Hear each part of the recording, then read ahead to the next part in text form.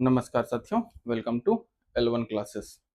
आज की इस क्लास में हम लोग जो एसआरएस बुलेटिन है, उस पे हम लोग पढ़ाई करेंगे, उस पे चर्चा पर चर्चा करेंगे और उसके साथ-साथ जो मई 2022 का जो हमारे पास बुलेटिन आया हुआ है उस पे हम लोग देखेंगे। फिर उसके बाद अभी रिसेंट में जो मई 2025 में एक एसआरएस रिपोर्ट जारी की गई है गवर्नमेंट ऑफ इंडिया की तरफ से और उसपे हम लोग जो है यहाँ पे चर्चा पर चर्चा करेंगे। उसको हम थोड़ा-सा बाद में देखेंगे। कारण ये है कि मतलब जो रिपोर्ट आई हुई है, वो रिपोर्ट अभी लास्ट में आई हुई है और उस रिपोर्ट से क्वेश्चन बनने की संभावना थोड़ी-सी कम है, इसलिए पहले 2022 की रिपोर्ट हम देखेंगे, फिर उसके बाद 2025 की जो रिपोर्ट आई हुई है, उस पे हम लोग चर्चा पर चर्चा करेंगे।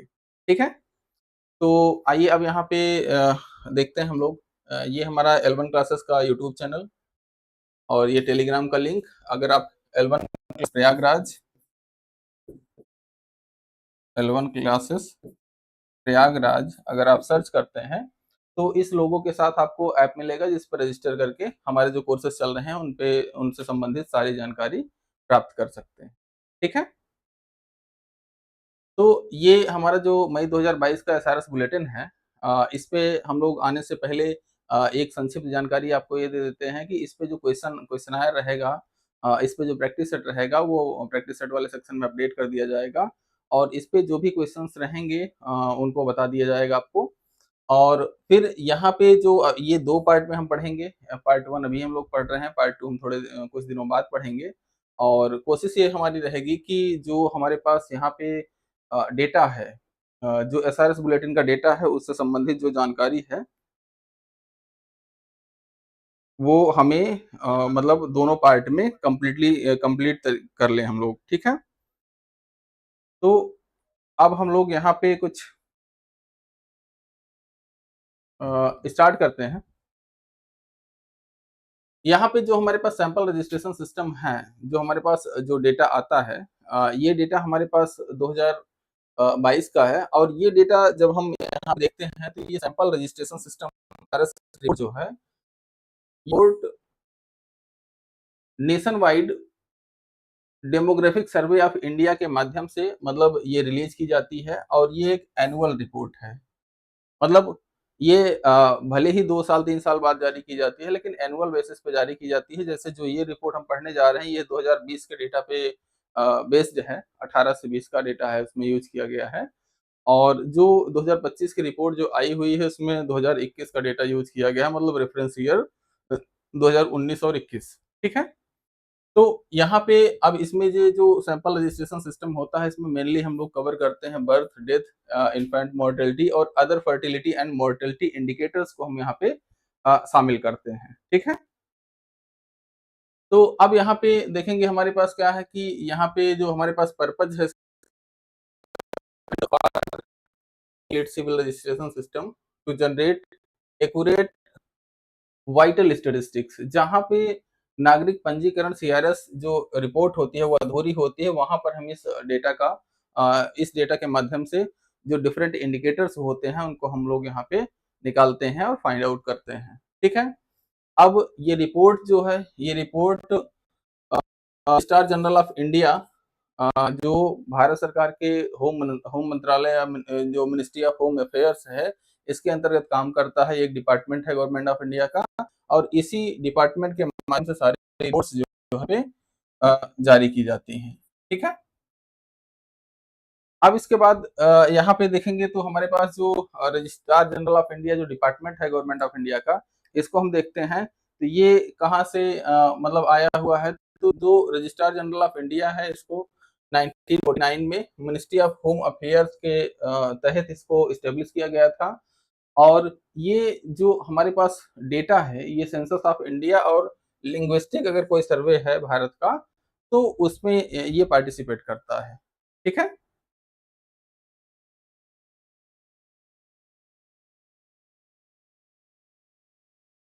ठीक है? तो अब यहाँ पे हम लोग जो देख रहे हैं डेटा इसमें हाँ, इसमें जो हमारे पास डेटा है ये रजिस्ट्रार जनरल ऑफ इंडिया के बारे में बता रहा है और ये थोड़ा सा मतलब जो देखेंगे डेटा तो आरजीआई का जो काम होता है, मेन काम होता है कि जो जनगणना से संबंधित उन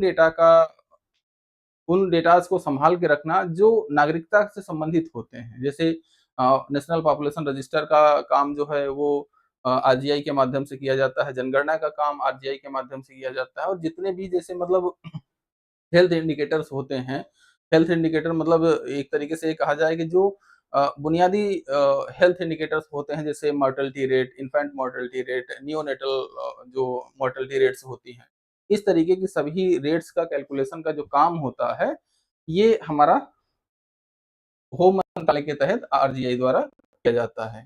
ठीक है।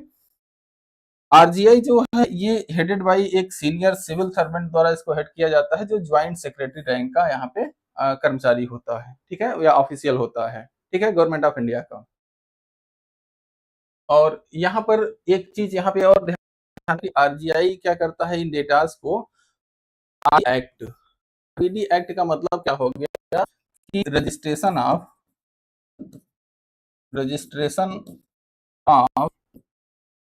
बर्थ एंड डेथ, ठीक है, 1969, इस एक्ट के माध्यम से ये इसको मैनेज करने का काम करता है। मतलब सारी जो पावर इसको डेलीगेट होती है वो आरबीडी एक्ट 1969 का है। ठीक है। अब इसके बाद यहाँ पर देखेंगे जो पायलट सर्वे के रूप में इसको 1964 1964-65 में स्टार्ट किया गया था, और इसको फुली ऑपरेशनल बनाया गया था 1969-70 में। ठीक है। मतलब जब आरबीडी एक्ट आया तो उसी के साथ इसको पूरे देश स्तर पे इसको यहाँ पे लागू कर दिया गया। और लागू करने का मेन कारण यही था कि ये इस टाइप के जो डेटा है, इस टाइप के जो स्टेटिस्टिक्स हैं, उसको हमें फाइंड आउट करना होता था। ठीक है। अब इनकी जो मेथोडोलॉजी है, मेथोडोलॉजी में क्या है, इनका डुअल रिकॉर्डिंग सिस्टम होता है। डुअल रिकॉर्डिंग सिस्टम होता है, तो दोहरी जो इनकी रिकॉर्डिंग व्यवस्था है। फिर continuous enumeration by local part time enumerator, इनका एक काम, तो पहला काम जो होता है ये कंटिन्यूअस इनुमरेशन करते हैं लोकल पार्ट टाइम इनुमरेटर के माध्यम से, निरंतर मतलब इनके सर्वेयर होते हैं जो इससे रिलेटेड काम करते रहते हैं। ठीक है।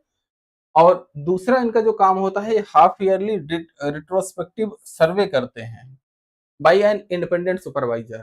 ठीक है। तो पहला काम ये होता है, दूसरा काम ये होता है, 2 बार डेटा को मतलब कलेक्ट करते हैं।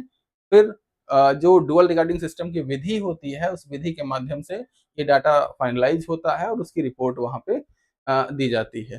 ठीक है।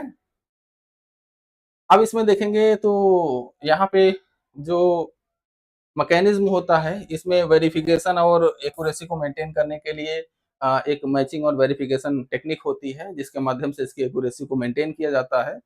फिर उसके बाद according to the sample registration system May 2022 which presents data for year 2020, आप बता रहे थे नहीं कि जो ये एसआरएस रिपोर्ट है, इस रिपोर्ट में जो हमारा डेटा है, जो हमारे पास डेटा प्रेजेंट किया गया है, जो स्टेटिस्टिक्स हम पढ़ने वाले हैं, ये ईयर 2020 का है।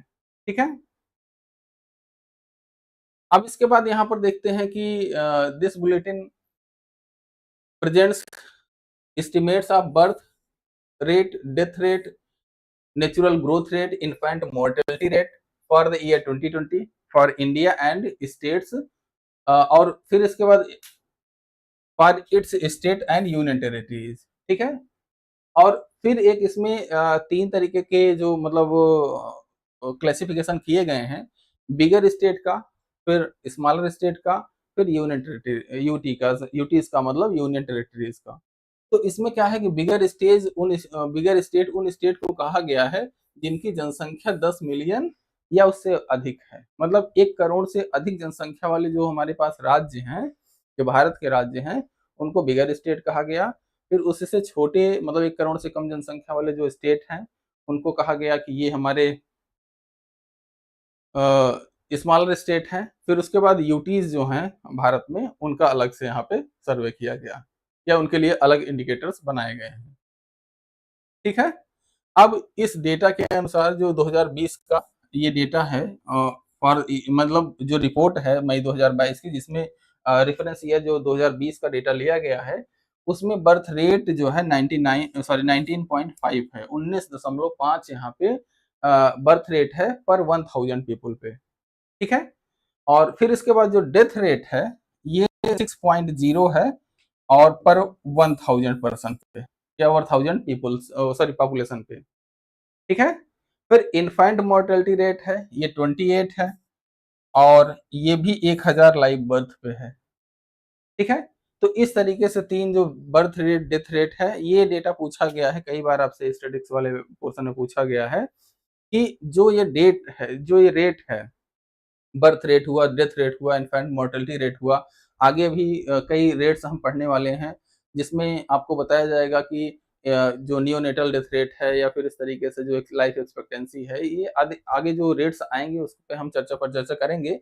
लेकिन यहाँ पे जो बेसिक इसका क्रक्स इसका जो पॉइंट था, ये बर्थ रेट था, डेथ रेट था और इन्फेंट मोर्टेलिटी रेट थी, ठीक है। अब इसके बाद हम लोग आते हैं एक एक जो हमारे पास अलग अलग इंडिकेटर्स आए हुए हैं, ठीक है।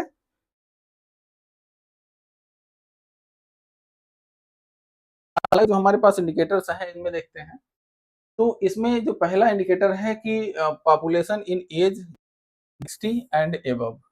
60 एंड एबव का मतलब क्या हुआ कि जो हमारे पास यहाँ पे डेटा है, जो हमारे पास मतलब यहाँ पे इंडिकेटर आया हुआ है बर्थ रेट का, डेथ रेट का, इसको अगर हम देखें यहाँ पे तो एक तरीके से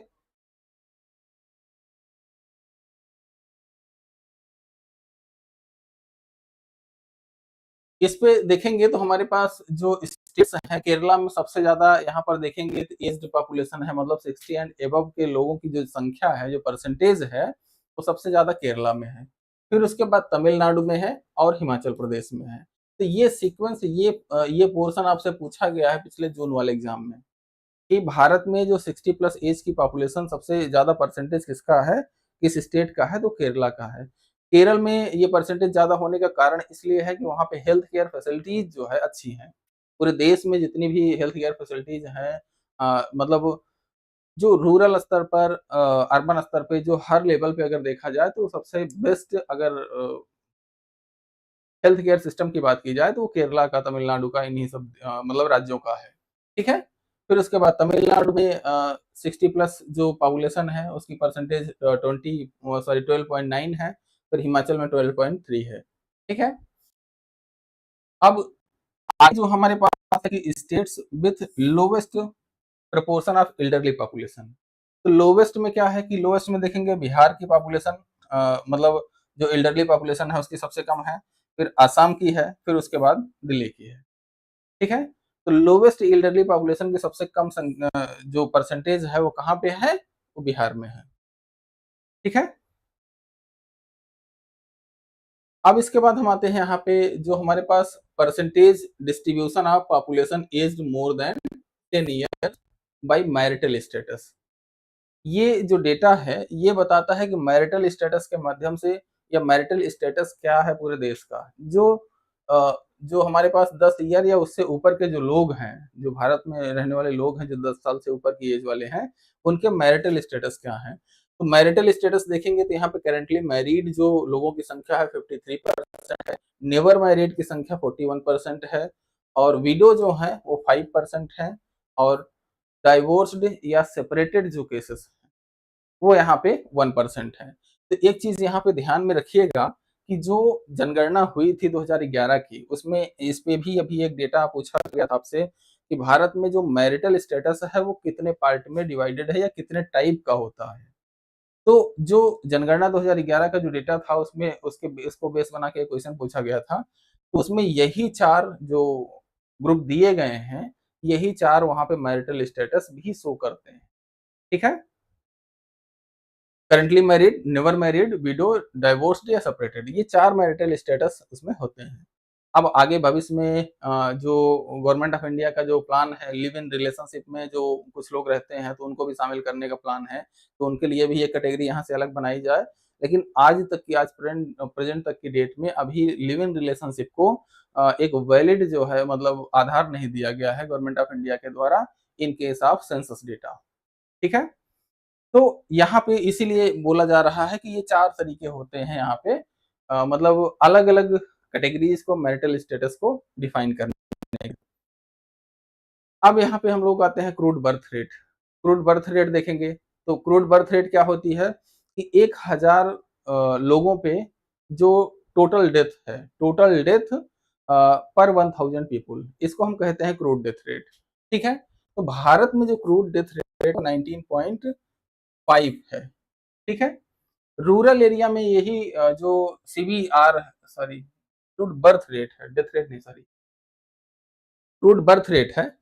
तो 1000 जीवित जन्मों पे जो मतलब 1000 पॉपुलेशन पे जितने जीवित जन्म होते हैं या जितने जन्म होते हैं उनको हम क्रूड बर्थ रेट कहते हैं।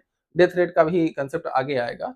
तो क्रूड बर्थ रेट क्या है कि यहाँ पे भारत की 19.5 है। ठीक है, फिर उसके बाद यहाँ पर देख रहे हैं तो रूरल में जो क्रूड बर्थ रेट है वो 21.1 है और अर्बन एरिया में जो हमारे पास बर्थ रेट है वो 16.1 है। ठीक है, तो ये हुआ हमारा बर्थ रेट का। अब यहाँ पर देखिए कि बर्थ रेट से जो संबंधित और जो डेटा यहाँ पे हमारे पास है, ये ध्यान में रखिएगा कि ये डेटा आपसे कथन कारण में पूछे गए हैं कई कई बार। कथन कारण में कैसे पूछे जाते हैं कि यहाँ पे जो डेटा है वो कुछ इस तरीके से आपके पास कथन कारण में एक दो मतलब एक सही है, दो सही है या दोनों सही है, कुछ ऐसे 3-4 विकल्प दे दिया जाएगा, ऑप्शन दे दिया जाएगा, उसमें पूछेगा कितने सही है कितने गलत है।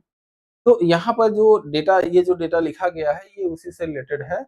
और यहाँ पर क्या है कि the birth rate at all India level has declined drastically over last 5 decade from 36.9 in 1971 to 19.5 in 2020। मतलब कि जो भारत में जो बर्थ रेट है, क्रूड बर्थ रेट है, वो 1971 में 36.9 था और अब ये घटकर 19.5 हो गया। ठीक है, और अगर इसको देखा जाए the birth rate has continued to be higher in rural area compare to urban area in last 5 decade.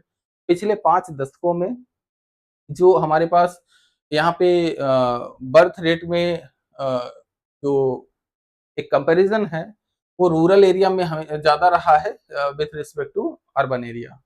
ठीक है, अब इसके बाद यहाँ पे अगला पॉइंट है कि the birth rate has declined bye 11%।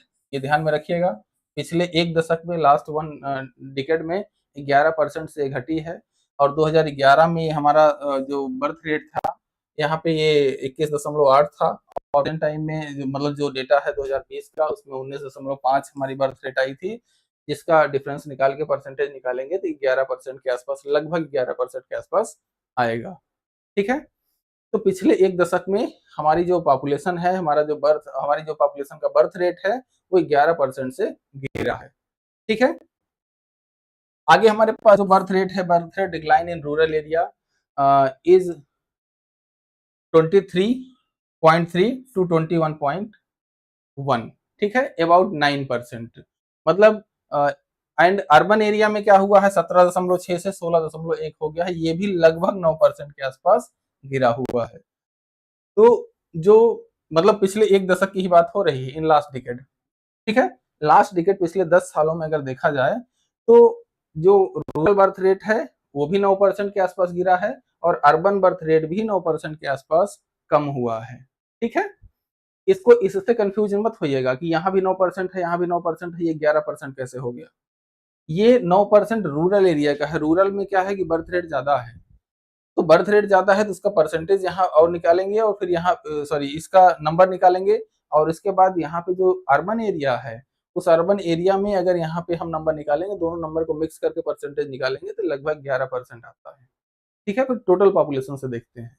ऐसा नहीं आप लोग समझ लीजिएगा कि यहाँ 9% यहाँ 9% लिखा है तो ये डेटा गलत है। डेटा गलत नहीं है, डेटा चेक किया गया है। ठीक है, फिर 2020 में क्या है कि हाईएस्ट जो बर्थ रेट है ये 25.5 है बिहार में। ठीक है, whereas Andaman and Nicobar island, जो अंडमान और निकोबार आइलैंड है यहाँ पे सबसे लोवेस्ट बर्थ रेट रही है 10.8 की। ठीक है, तो ये चीज यहाँ पे आपको ध्यान में रखना है कि हाईएस्ट बर्थ रेट बिहार में है और लोवेस्ट बर्थ रेट जो है अंडमान एंड निकोबार में है। अब यहाँ पर देखते हैं जो हमारे पास असेंडिंग या डिसेंडिंग ऑर्डर है। असेंडिंग और डिसेंडिंग ऑर्डर में क्या हो रहा है?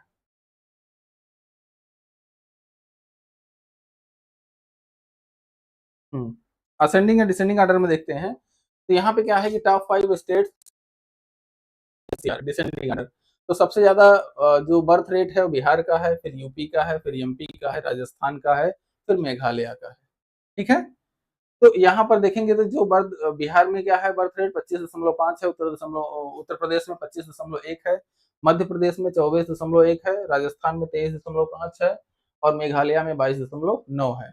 फिर लास्ट इस 5 स्टेट्स विथ लोवेस्ट सीबीआर मतलब असेंडिंग ऑर्डर। तो इस केस में क्या है कि अंडमान एंड निकोबार में 10.8 है, गोवा में 12.1 है, नागालैंड में 12.5 है, पुडुचेरी में देखेंगे 13.1 है और केरल में 13.2 है यहाँ पे। ठीक है, अब यहाँ पे हम देखते हैं आगे जो हमारे पास यहाँ पे डेटा है sex ratio at birth. Birth के समय जो सेक्स रेशियो है उसको कैसे कैलकुलेट करते हैं और किस तरीके से यहाँ पे इसके डेटा एसआरएस बुलेटिन में आए हुए हैं। तो sex ratio at birth for the country for the period 2018-20 मतलब 3 साल का एवरेज है, हैज बीन एस्टिमेटेड एट 907। ठीक है, 907 मतलब 907 जो है यहाँ पे सेक्स रेशियो था बर्थ के समय का। At national level 907 in rural area and 9010 in urban area. ठीक है, तो रूरल एरिया में जो सेक्स रेशियो था वो 907 था, अर्बन एरिया में 910 है और नेशनल स्तर पे क्या है कि यहाँ पे 907 है ओवरऑल, मतलब रूरल अर्बन दोनों को मिलाकर। इसके बाद एमंग बिगर स्टेट्स मतलब क्या कि 1 करोड़ से जिनकी जनसंख्या ज्यादा है, तो उसमें क्या है कि sex ratio at birth is highest in Kerala 974, 974 जो है यहाँ पे बर्थ रेट है बिगर स्टेट में। और फिर उसके बाद जो लोवेस्ट रेट है, लोवेस्ट है उत्तराखंड में। ठीक है, उत्तराखंड में 844 है। फिर इन रूरल एरिया में देखेंगे तो highest and lowest sex ratio at birth in Kerala में है हाईएस्ट और उत्तराखंड में है लोवेस्ट 853 और 973। ठीक है, फिर इसके बाद यहाँ पे the sex ratio at birth in urban area is highest in Kerala, Kerala urban area में हाईएस्ट है 975 एंड लोवेस्ट इन उत्तराखंड। तो ध्यान में रखिएगा कि जब भी यहाँ पे बिगर स्टेट की बात हुई है तो उसमें चाहे वो overall sex ratio at birth हो या रूरल एरिया का हो या अर्बन एरिया का हो, सभी में केरल जो है हाईएस्ट पे है और उत्तराखंड लोवेस्ट में है। इसको झारखंड या राजस्थान या फिर उत्तराखंड हरियाणा से इसको कंफ्यूज नहीं कीजिएगा। कारण ये है कि नॉर्मली जब भी सेक्स रेशियो की बात आती है तो हमारे दिमाग में एक ही स्टेट आता है उत्तराखंड, हरियाणा, उत्तराखंड नहीं हरियाणा, हरियाणा और पंजाब का नंबर आता है ज्यादातर केस में। तो उसके लिए हम एक तरीके से बायस्ड रहते हैं, जैसे कि हमारा डेटा जो है जब भी सेक्स रेशियो की बात आई तो हरियाणा में ही सबसे कम होता है। लेकिन यहाँ पे क्या है कि जो सेक्स रेशियो जो एसआरएस बुलेटिन के माध्यम से आया हुआ है, इसमें देखेंगे तो ये जो एसआरएस बुलेटिन के माध्यम से जो सबसे लोवेस्ट डेटा आया हुआ है बिगर स्टेट में, वो उत्तराखंड का आया हुआ है। ठीक है, उत्तराखंड और हिमाचल नॉर्मली इसके लिए जाने नहीं जाते, सेक्स रेशियो वहाँ पे ठीक ठाक रहता है, लेकिन यहाँ पे जो इस बार एसआरएस बुलेटिन में आया हुआ है उत्तराखंड है। ठीक है, अब टॉप 5 स्टेट्स की बात करते हैं कि जिसमें सेक्स रेशियो सबसे अधिक है। तो डिसेंडिंग ऑर्डर में क्या है, केरल है, फिर छत्तीसगढ़ है, फिर हिमाचल प्रदेश है, फिर वेस्ट बंगाल है और आंध्र प्रदेश है। ठीक है, तो सबसे ज्यादा 974 है, फिर 958 है। ये देखेंगे तो ये हमारे पास केरला में है सबसे ज्यादा, मतलब सबसे अच्छा जो सेक्स रेशियो है वो केरला का है।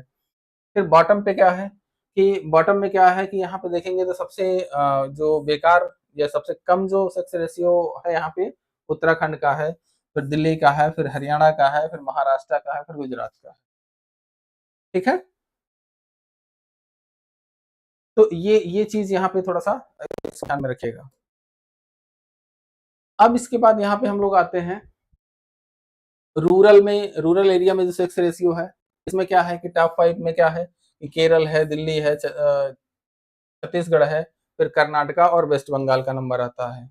ठीक है, फिर बॉटम 5 स्टेट कौन से हैं, मतलब रूरल एरिया में तो इसमें क्या है, हरियाणा है। यहाँ पे ध्यान में रखिएगा कि जब बॉटम 5 में बात आई, ओवरऑल नहीं, केवल जो है मतलब रूरल एरिया की, तो उस केस में हरियाणा है, फिर पंजाब है, फिर उत्तर प्रदेश है, बिहार है, तमिलनाडु है। ठीक है।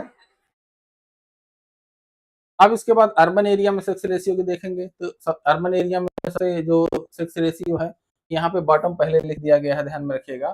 तो पहले टॉप वाला देख लेते हैं। टॉप 5 में क्या है अर्बन एरिया में? केरल है, फिर मध्य प्रदेश है, और मध्य प्रदेश यूपी बराबर में है, फिर तमिलनाडु है, फिर जम्मू कश्मीर। ठीक है। और जब यहाँ पे अर्बन एरिया की बात हो रही है और बॉटम 5 स्टेट्स की बात हो, तो उसमें उत्तराखंड, दिल्ली, गुजरात, हरियाणा और तेलंगाना है। ठीक है। अब इसके बाद यहाँ पर देखते हैं हम लोग general fertility rate. General fertility rate क्या होता है? तो general fertility rate measure of fertility and defined as the number of live birth 1000 women in the reproductive age group. ठीक है। जो हमारे पास रिप्रोडक्टिव एज ग्रुप होता है 15 से 49 साल का महिलाओं के लिए, उसमें जो लाइव बर्थ है, नंबर ऑफ लाइव बर्थ पर 1000 वुमेन, जो 1000 महिलाओं पे जो जीवित जन्मों की संख्या है, उसको हम कहते हैं कि ये हमारा जीएफआर है, जनरल फर्टिलिटी रेट है। और जीएफआर जो है यहाँ पे 67 है पूरे नेशनल स्तर पे। रूरल एरिया का जीएफआर 73.7 है, 73.7। फिर उसके बाद एरिया का जीएफआर है ये 53.7 है। ठीक है। तो this number is highest in Bihar. फिर से ये बिहार में सबसे ज्यादा सबसे हाईएस्ट है, और लोवेस्ट इन केरला। ठीक है। लोवेस्ट इन केरला। तो यहाँ पे भारत में कोशिश यही की जाती है कि जब भी जनसंख्या हमें कम करनी हो, जनसंख्या घटानी हो, या फिर कहीं भी किसी भी देश की जनसंख्या घटानी हो, तो उसमें कोशिश ये की जाती है कि जीएफआर कम हो। मतलब जीएफआर का माध्यम, जो जनरल फर्टिलिटी रेट है, इसके माध्यम से देखेंगे तो जो यहाँ पे जनरल फर्टिलिटी रेट होता है, ये एक महिला द्वारा अपने जो रिप्रोडक्टिव टाइम पीरियड है 15 से 49 साल के बीच में, उसमें कितने जीवित जन्म दिए गए हैं, कितने बच्चे मतलब उस महिला ने जन्म दिए हुए हैं, तो उसको हम यहाँ पे जीआरआर कहते हैं। ठीक है। और ये बिहार में सबसे ज्यादा है, लोवेस्ट है केरला में। फिर इसके बाद अब यहाँ पे देखेंगे डिसेंडिंग आर्डर। डिसेंडिंग आर्डर में क्या है कि बिहार है स्थान पे, फिर एमपी है, फिर यूपी है, राजस्थान है, और उत्तराखंड है। ठीक है। सॉरी, उत्तराखंड नहीं, झारखंड। झारखंड। फिर यहाँ पर देखेंगे असेंडिंग आर्डर में। असेंडिंग आर्डर में क्या है? केरल है, जम्मू एंड कश्मीर है, दिल्ली है, तमिलनाडु है। ठीक है। At all India level a decline of 20.2% in GFR has been registered during the day. ठीक है। पूरे ऑल इंडिया लेवल पर देखेंगे जीएफआर में 20% का डिक्लाइन आया हुआ है। फिर अब इसके बाद क्या है? It varies from 20.2% in rural area to 15.6% in urban area. मतलब अगर देखा जाए तो जो भारत में रूरल एरिया में जो डिक्लाइन हुआ है वो 20% के आसपास हुआ है जीएफआर में, और अर्बन एरिया में 15.6 15.6% के आसपास ये डिक्लाइन हुआ है। ठीक है। फिर among the bigger states UTs the highest percentage declines in GFR is in Jammu and Kashmir. ठीक है। और फिर लोवेस्ट इन केरला। सबसे ज्यादा जो डिक्लाइन हुआ है जीएफआर में, वो सबसे ज्यादा डिक्लाइन जम्मू कश्मीर में हुआ है, और उसके बाद यहाँ पे केरल में सबसे कम डिक्लाइन हुआ है जीएफआर में। ठीक है। अब इसके बाद यहाँ पे देखते हैं एज स्पेसिफिक फर्टिलिटी। अभी तक तो हमने टोटल फर्टिलिटी देखी रिप्रोडक्टिव पीरियड की 15 से 49 साल की। अब एज स्पेसिफिक फर्टिलिटी का मतलब क्या होता है कि डिफरेंट डिफरेंट जो एज ग्रुप हैं, 19 से 24 साल, फिर 25 से 29 साल, इस तरीके के जो ग्रुप बनाए जाते हैं भारत सरकार द्वारा, या एज स्पेसिफिक रेट कैलकुलेट करने वाली एजेंसियों के द्वारा 5-5 साल के एक ग्रुप क्रिएट किया जाता है। और उस ग्रुप में अब अलग अलग फर्टिलिटी रेट्स हम यहाँ पे देखेंगे। इसमें क्या है कि the data that fertility in all age group is higher in rural area than urban area. तो ये एक बेसिक पॉइंट है, जब कथन कारण में आपका क्वेश्चन है पूछ सकता है कि जितना भी एज ग्रुप होता है, अभी आगे एज ग्रुप की हम बात करेंगे, जितना भी एज ग्रुप होता है वो सभी एज ग्रुप में रूरल एरिया में फर्टिलिटी ज्यादा है अर्बन एरिया के कंपैरिजन में। ठीक है। At national level there is a shift in trend of fertility with an increase in fertility in last, so in the later age 30 to 44, while decreases in fertility in lower age group this। ठीक है। मतलब क्या कि अब आदमी जो है नौकरी पेशा के चक्कर में जो शादी विवाह की उम्र है वो थोड़ी सी बढ़ गई है। तो जो हमारे पास यहाँ पर देख रहे हैं जो 30 से 44 ईयर की जो एज ग्रुप है, ठीक है, इस एज ग्रुप में फर्टिलिटी इंक्रीज की है। मतलब क्या कि ज्यादातर लोग 28-30 साल के आसपास जाके शादी कर रहे हैं। तो यहाँ पे क्या है कि इस डेटा से फर्टिलिटी देखेंगे तो 30 से 44 साल के आसपास का जो डेटा जो एज ग्रुप होता है उसमें यहाँ पे फर्टिलिटी इंक्रीज की हुई है। जबकि जहाँ पे फर्टिलिटी सबसे ज्यादा होनी चाहिए थी 15 से 29 साल, ये बेस्ट टाइम पीरियड होता है एक महिला के द्वारा स्वस्थ बेबी को जन्म देने के लिए। ठीक है। इसमें फर्टिलिटी यहाँ पर देखिए डिक्रीज हुई है। ठीक है। अब इसके बाद यहाँ पर देखते हैं हम लोग आगे हमारे पास क्या है, total fertility rate. Total fertility rate क्या है कि TFR is the average number of children expected to be born per woman during the entire span of reproductive period, assuming that the age specific fertility rate to which is exposed continue to be same and there is no mortality। मतलब कि total fertility rate होता है कि average number of children expected to be born. मतलब जो हमारे पास महिला है उस महिला के द्वारा एवरेज कितने नंबर यहाँ पे नंबर ऑफ चिल्ड्रन को जन्म दिया गया है। और दो कंडीशन वहां पे कांस्टेंट मानी जाती है कि पूरा पूरा जो रिप्रोडक्टिव पीरियड होता है 15 से 49 साल का, उसमें उसकी जो महिला की जो रिप्रोडक्टिव क्षमता है वो सेम है और कोई भी मॉर्टेलिटी कोई भी महिला की डेथ नहीं हुई है इस एज ग्रुप में। ठीक है। तो यहाँ जो TFR होता है, TFR क्या है कि 2020 के लिए 2.0 है जो ये डेटा इंडिकेट करता है। फिर TFR 2.2 है रूरल एरिया में और 1.6 है अर्बन एरिया में। और TFR जो रिप्लेसमेंट लेवल होता है वो 2.1 होता है। रिप्लेसमेंट लेवल ऑफ फर्टिलिटी जो होता है वो 2.1 होता है। तो इसका मतलब कह सकते हैं हम लोग कि हमारी जो जनसंख्या है, हमारा जो मतलब फर्टिलिटी रेट है, अब वो जो रिप्लेसमेंट लेवल होता है उससे नीचे आ चुका है। ठीक है। गांव स्तर पे थोड़ा सा ज्यादा है 0.1 और शहरी स्तर पे तो काफी ज्यादा कम हो गया है। ठीक है। Among the bigger state it varies from 1.4 in Delhi, मतलब दिल्ली में सबसे कम TFR है, तमिलनाडु और वेस्ट बंगाल में, और बिहार में सबसे अधिक है TFR 3.0। ठीक है। दिल्ली, तमिलनाडु और वेस्ट बंगाल इन सभी का स्कोर जो है 1.4 था TFR में। मतलब ये तीनों संयुक्त रूप से सबसे कम जो है यहाँ पे TFR दर्ज किया गया है और उसके बाद यहाँ पे बिहार में सबसे ज्यादा TFR आया हुआ है। ठीक है।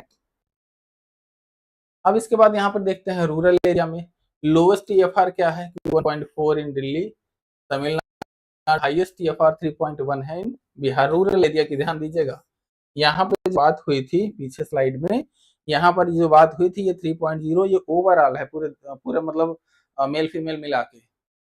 और यहाँ पर जो 3.1 आया है ये यहाँ पे क्या है कि ये रूरल एरिया का है। और अर्बन के लिए लोवेस्ट जो TFR है 1.1 ये देखेंगे तो हिमाचल प्रदेश, जम्मू कश्मीर एंड वेस्ट आया हुआ है। हाईएस्ट TFR है बिहार का और उत्तर प्रदेश का है 2.3। ठीक है। अब इसके बाद यहाँ पर देखेंगे हम लोग द रिप्लेसमेंट लेवल TFR, मतलब जिसको हम 2.1 कहते हैं। ठीक है। Has been attend by Delhi, Tamil Nadu, west Bengal, Andhra Pradesh, Jammu and Kashmir, Himachal Pradesh, Kerala, Maharashtra, Punjab, Telangana, Karnataka, Orissa, Uttarakhand, Gujarat, Haryana और असम। इतने स्टेट्स हैं जिन्होंने TFR को बिलो रिप्लेसमेंट लेवल कर लिया हुआ है। ठीक है, मतलब रिप्लेसमेंट लेवल जो हमारा होता है 2.1, उससे इन स्टेट्स का जो टीएफआर है वो कम हो गया है। अब इसके बाद यहाँ पर देखते हैं डिसेंडिंग ऑर्डर क्या है। डिसेंडिंग ऑर्डर में ओवरऑल में बिहार है, यूपी है, प्रदेश है, राजस्थान और झारखंड बराबर है। ठीक है, असेंडिंग ऑर्डर में क्या है कि दिल्ली, तमिलनाडु और वेस्ट बंगाल तीनों 1.4 पे हैं, बराबर हैं।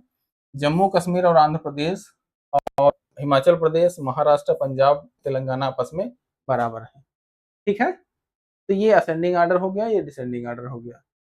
अब इसके बाद टीएफआर हैज डिक्लाइंड बाई 19.2%, मतलब 19.2% at national level. Such decline was 17.9% in rural area and 10.5% in urban area. ठीक है, among the bigger states the decline in TFR varies from 31.8% in Jammu and Kashmir, highest है ये, और 5.9% इन केरला। ठीक है, फिर all bigger states have shown decline in both rural and urban areas, मतलब जो सभी बड़े स्टेट्स हैं अर्बन और रूरल एरिया में टीएफआर में सभी में लगभग कमी दर्ज की गई है पिछले एसआरएस बुलेटिन की तुलना में। ठीक है, अब इसके बाद यहाँ पे आते हैं ग्रॉस रिप्रोडक्शन रेट देखते हैं। ग्रॉस रिप्रोडक्शन रेट क्या होती है? ग्रॉस रिप्रोडक्शन रेट यहाँ पे क्या है कि it measures the average number of female children. ध्यान में रखिएगा, यहाँ पे टोटल फर्टिलिटी रेट में क्या था कि यहाँ पे एवरेज नंबर हम देख रहे थे, और यहाँ पर ग्रॉस रिप्रोडक्शन रेट में क्या है कि it measures the average of female children. A woman is expected to give birth during the entire reproductive span, conforming to the age specific fertility rate for a given year। ठीक, there is no mortality। अगर mortality को हम zero मान ले, no mortality को मान ले, तो जो हमारे पास फीमेल चिल्ड्रन का जो जन्म होता है किसी भी महिला के रिप्रोडक्टिव टाइम पीरियड में, उसको हम कहते हैं कि ये हमारा GRR है, ग्रॉस रिप्रोडक्शन रेट है। ठीक है, और अब इसके बाद यहाँ पे the estimated value of GRR for India in the year 2020 is 0.9। 0.9 यहाँ पे रहा है, और फिर इसके बाद and varies from 0.8 in urban area and 1.0 in rural area. ठीक है, फिर डिसेंडिंग ऑर्डर क्या है? डिसेंडिंग ऑर्डर इसमें क्या है कि जीआरआर का बिहार है, यूपी है, एमपी, राजस्थान बराबर है और छत्तीसगढ़ है। ठीक है, असेंडिंग ऑर्डर क्या है कि यहाँ पर देखेंगे दिल्ली, आंध्र प्रदेश। ठीक है, अब इसके बाद यहाँ पर देखेंगे तो मैरिटल जो फर्टिलिटी होती है, यहाँ पे इसकी हम बात करेंगे। Marital fertility is higher in rural area than urban area in all age group. ठीक है, मैरिटल जो फर्टिलिटी है ये अर्बन एरिया में कम है, रूरल एरिया में ज्यादा है। और उसके बाद perceptible decline in marital fertility is seen for female aged 30 and above in both rural and urban area। ठीक है, अब इसके बाद टोटल जो मैरिटल फर्टिलिटी रेट होता है ये क्या होता है? Is the cumulative value of age specific marital fertility at the end of the reproductive period in it indicates the average number of children expected to be born per married woman during the entire span of her reproductive period। If the ASMFR, मतलब age specific marital fertility rate, continue to be same and there is no mortality. ठीक है, ये सारी चीजें जो class हुई है ना, जो मतलब यूजीसी नेट का जो बेसिक कोर्स हुआ है उसमें ये अच्छी तरीके से पढ़ाया गया, इसलिए थोड़ा सा जल्दी में पढ़ा रहे हैं। यहाँ पे केवल डेटा बताना चाहिए था, और कुछ लोग जो नए होंगे उनके लिए ये शायद शब्द नए होंगे, इसलिए इन चीज़ों पे थोड़ी डिफिनेशन पे प्रकाश डाला जा रहा है। अदरवाइज ये चीज़ें जो है क्लास में अच्छी तरीके से कवर की गई हैं। ठीक है, अब इसके बाद यहाँ पे the TMFR for India is found to be 5.2 and varies from 4.7 in urban area to 5.4 in rural area। ठीक है, और ये अच्छा एक चार्ट कोई था इसको हमने हटा दिया था। ठीक है, फिर इसके बाद यहाँ पे fertility level of education of women. तो फर्टिलिटी और एजुकेशन, जैसे एजुकेशन बढ़ती है तो फर्टिलिटी कम होती है, जनसंख्या कम होती है, वो सारी चीजें होती हैं, लेकिन उसमें क्या है कि फर्टिलिटी को यहाँ पे देखेंगे हम लोग तो लेवल ऑफ, हाँ,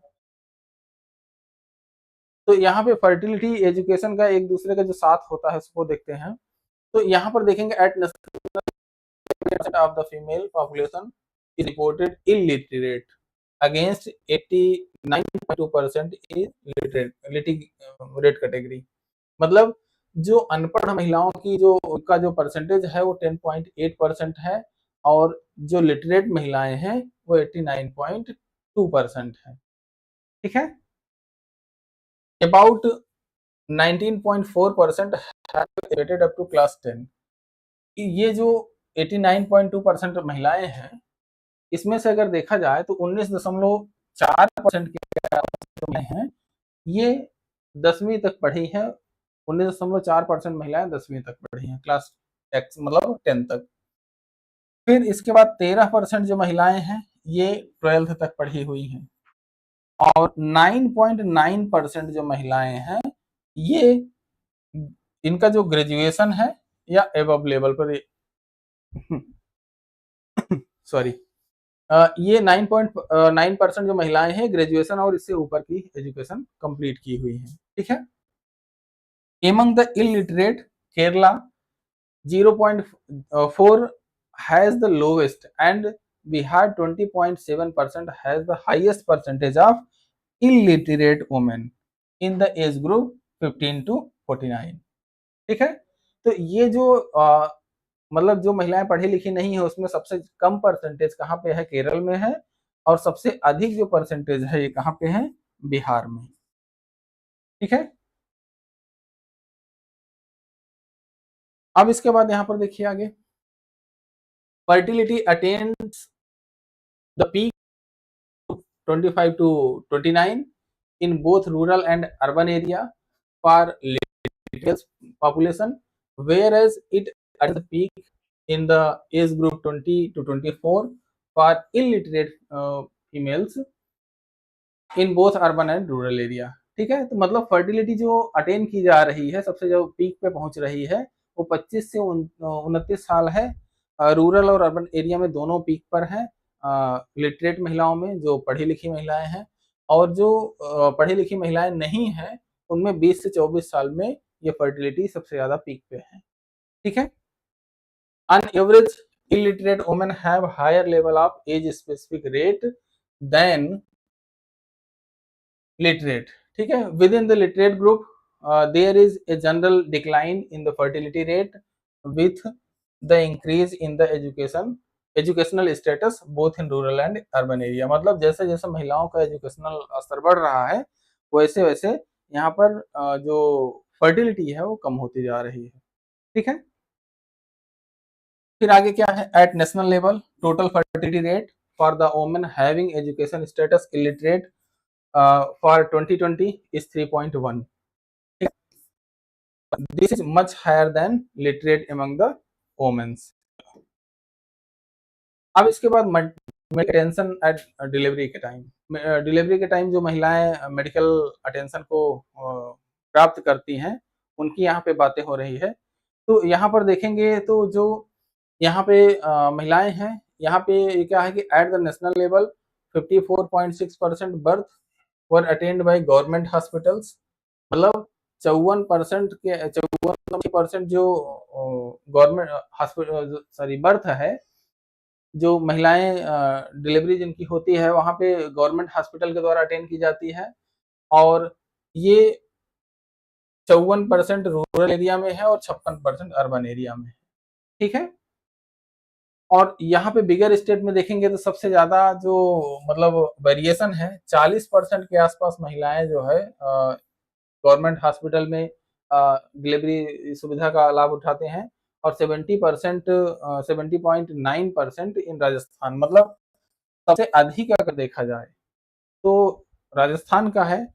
और सबसे कम जो लोग गवर्नमेंट हॉस्पिटल में जाते हैं डिलीवरी के लिए, वो यहाँ पे मतलब 40.2% है इन पंजाब। अब 28.0% बर्थ जो है ये प्राइवेट हॉस्पिटल में होते हैं, ठीक है। कितने परसेंट? 28%, ठीक है। फिर medical attention by qualified professional constitute 9.7% of the total deliveries, whereas untrained and other constitute 7.8%. More than three-fourths of the deliveries are occurring institutions, मतलब 3/4 मतलब लगभग 75% से अधिक जो डिलीवरीज हैं वो किसी न किसी इंस्टीट्यूट में ही हो रही हैं, चाहे वो गवर्नमेंट हॉस्पिटल हो या प्राइवेट हॉस्पिटल हो, ठीक है। तो ये रही आज की क्लास। आज की क्लास अब यहीं पे हम ब्रेक करते हैं। पार्ट 2 में हम लोग इसके आगे के जो जो डिफरेंट टाइप के और फर्टिलिटी मोर्टिलिटी इंडिकेटर्स हैं उनको हम लोग पढ़ेंगे, और उसके साथ साथ आप लोग जो है मतलब यहाँ पे जो 25 का 2025 मई 2025 का जो एसआरएस बुलेटिन आया हुआ है उसको भी हम उसके बाद वाली क्लास में कवर करेंगे, ठीक है। तो ये हमारा यूट्यूब चैनल और ये टेलीग्राम लिंक ज्वाइन कर लीजिए पीडीएफ या पीपीटी के लिए। जो भी यहाँ पे पीडीएफ रहेगा वो इस ग्रुप में शेयर कर दिया जाएगा, और कोई भी दिक्कत परेशानी की स्थिति में इस नंबर पे आप संपर्क कर सकते हैं, ठीक है। तो आज की क्लास के लिए बस इतना ही। Thank you for this class, have a nice day.